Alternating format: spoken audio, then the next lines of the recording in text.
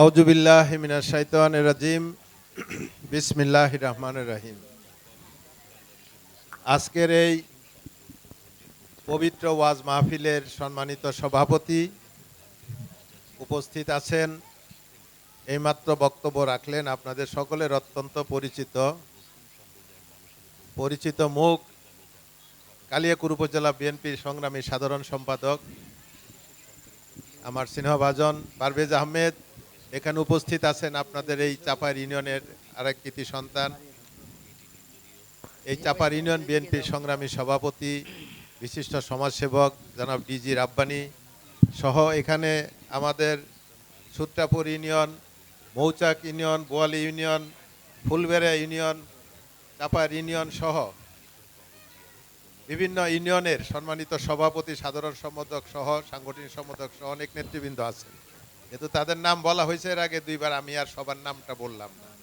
উপস্থিত আছেন এই এলাকার, অত্র এলাকার আমার অত্যন্ত পরম শ্রদ্ধেয় মুরব্বিয়ানগণ, মুসল্লিয়ানগণ, আসসালামু আলাইকুম।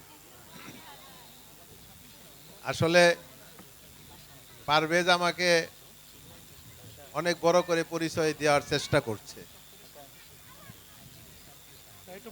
আমি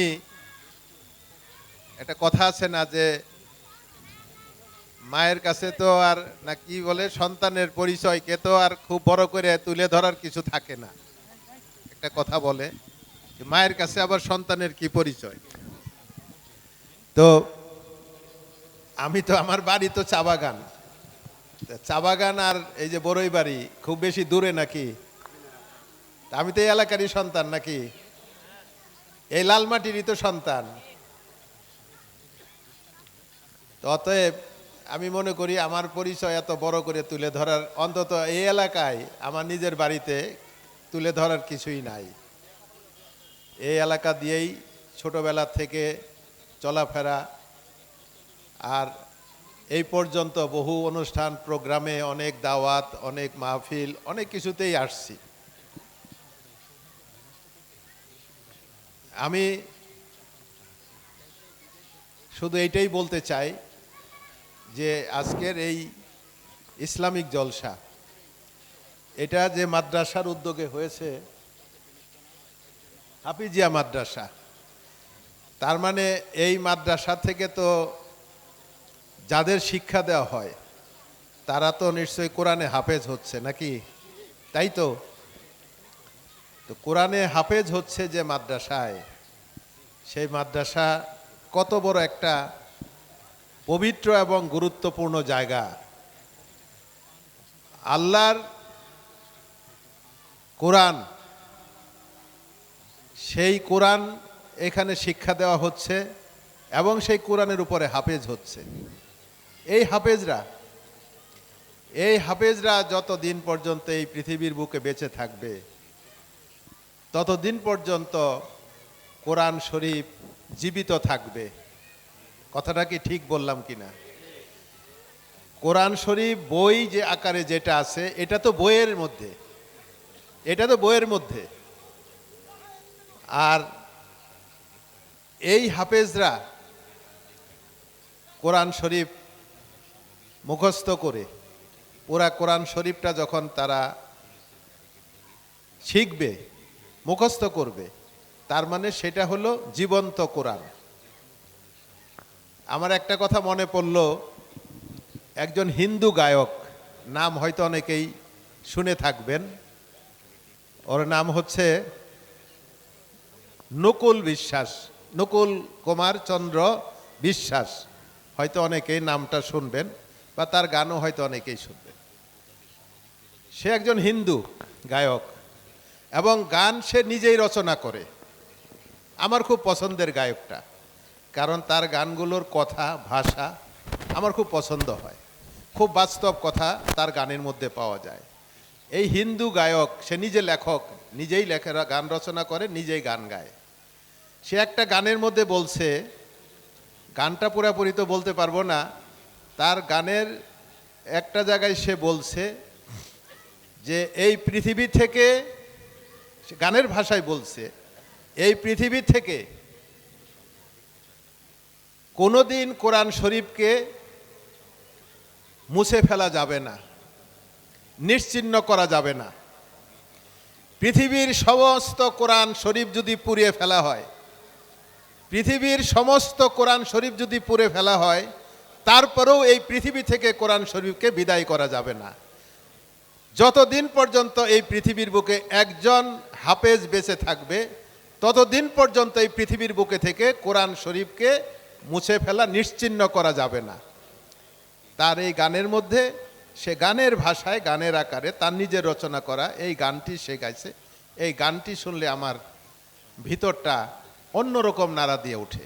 যে একটা হিন্দু, নকুল কুমার চন্দ্র বিশ্বাস, এই হিন্দু এই গানটা নিজে লেখছে, নিজেই গায়, এবং এই গানটা গাইতে সে কোনো ভয় করে না।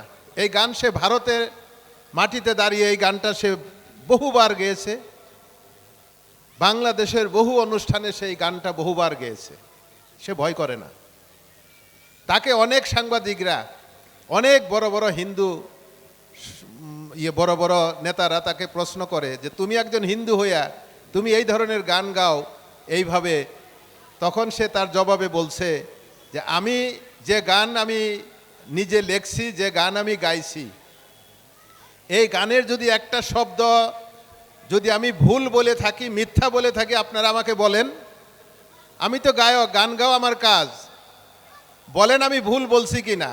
পারবেন আপনারা পৃথিবী থেকে, উনি পাল্টা প্রশ্ন করছে সাংবাদিকরে, পৃথিবী থেকে পারবেন কোরআন শরীফ মুছে ফেলতে, নিশ্চিহ্ন করে দিতে? সমস্ত কোরআন পুড়িয়ে ফেলেন, কিন্তু ওই যে হাফেজ সাহেবরা যতদিন বেঁচে থাকবে ততদিন তো পৃথিবীর বুকে জীবন্ত কোরআন থেকে যাবে। সেই হাফেজরা এখানে কোরআন শরীফ শিক্ষা লাভ করছে। অত্যন্ত একটা পবিত্র জায়গা। আমরা দোয়া করি, আমি ব্যক্তিগতভাবে দোয়া করি, আল্লাহ রাব্বুল আলামিন এই মাদ্রাসার অনেক উত্তরোত্তর উন্নতি দিক, এবং এই যে ছোট ছোট হাফেজদের দেখতে পাচ্ছি, এরা কোরআনে হাফেজ হবে, অনেক বড় মুসলিম বিশ্বে, মুসলিম জগতে তারা অনেক বড় বড় আলেম ওলামা হবে। আমি তাদের জন্য দোয়া কামনা করছি, এবং এই মাদ্রাসার সাথে যারা জড়িত আছেন, এই পবিত্র মাদ্রাসার সাথে, তাদেরও আল্লাহ রাব্বুল আলামিন আরও বেশি এই দ্বীনের এবং ইসলামের খেদমত করার জন্য তৌফিক দান করুন।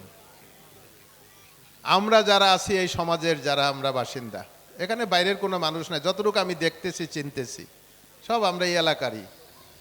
তো আমাদের সবাইকে আল্লাহ রাব্বুল আলামিন তৌফিক দান করুন, যেন আমরা এই দ্বীনের জন্য, ইসলামের জন্য আমরাও খেদমত করতে পারি, যে যার সাধ্য মতো। কারণ সবশেষে এটাই আমাদের কাজে লাগবে। এই পার্থিব জগতে, ক্ষণিকের দুনিয়ায় আমরা অনেকেই অনেক কিছু নিয়ে ব্যস্ত, মহাব্যস্ত। এই যে আমি শুধু আজকের যদি আমার প্রোগ্রামের কথাটা শুধু বলি, সকালে বের হয়েছি, মোবাইল গেছি একটা মিলাদের অনুষ্ঠানে, আমারই এক আত্মীয় মিলাদ ছিল, আমারই এক ভাগ্নে মৃত্যুবার্ষিকী উপলক্ষে মিলাদ ছিল। সেই অনুষ্ঠানে গেছি, নামাজ পড়ছি ওখানে, তারপরে সেখানে অনুষ্ঠান শেষ করে গাজীপুর জয়দেবপুর যে আসছি স্টেডিয়ামে, সেখানে 2টা মিটিং ছিল আমার। সেটা অবশ্য ক্রীড়া সংগঠক হিসাবে, আমি একজন ক্রীড়া সংগঠক হিসাবেও আমি গত 30 বছর গাজীপুরে আমি বিভিন্ন কর্মকাণ্ড করি। তো সেখানে 2টা মিটিং সেরে তারপর তাড়াহুড়া করে আসলাম এখানে। এখান থেকে আবার যাব চৌরাস্তায় আবার একটা অনেক বড় একটা ওয়াজ মাহফিল আছে, সেখানেও আমাকে প্রধান অতিথি করা হয়েছে। তো আমি এই যে আমার আজকে দিনের যে কর্মপরিকল্পনা, বাসায় ফিরতে ফিরতে হয়তো রাত 1টা-2টাও বেজে যেতে পারে।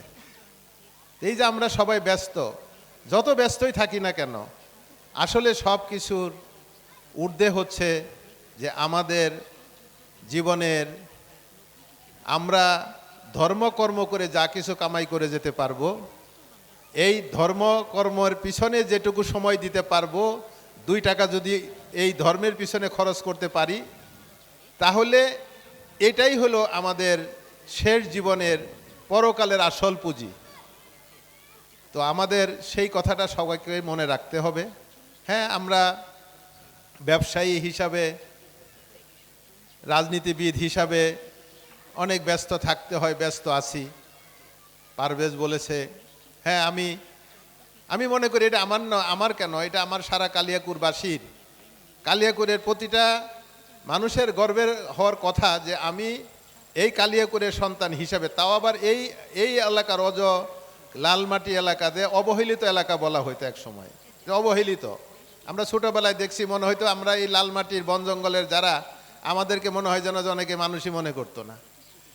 তো সেই এলাকা থেকে আমি এই এলাকার সন্তান হিসাবে আজকে বাংলাদেশ জাতীয়তাবাদী দলের মতো এত বড় একটা রাজনৈতিক দল, যে দলের আমাদের প্রতিষ্ঠাতা শহীদ রাষ্ট্রপতি জিয়াউর রহমান এই দেশের রাষ্ট্রপতি ছিলেন, আমাদের নেত্রী দেশনেত্রী বেগম খালেদা জিয়া তিনবার প্রধানমন্ত্রী হয়েছেন,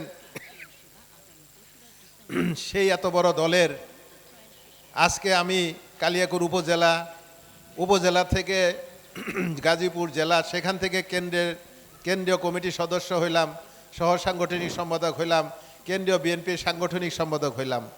সারা ঢাকা বিভাগের দায়িত্ব এখন আমার উপরে, সাংগঠনিক দায়িত্ব।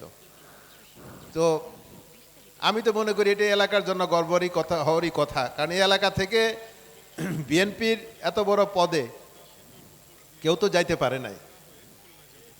কালিয়াকুর নাই, শুধু সারা গাজীপুর জেলায় থেকে এই পদে তো কেউ যাইতে পারে নাই। তো সেখানে আমি এই এলাকা থেকে সেই দায়িত্ব পালন করছি। আমার জন্য আপনারা দোয়া করবেন, কারণ আমি রাজনীতিতে অত্যন্ত স্বচ্ছতার সাথে রাজনীতি করাতে বিশ্বাস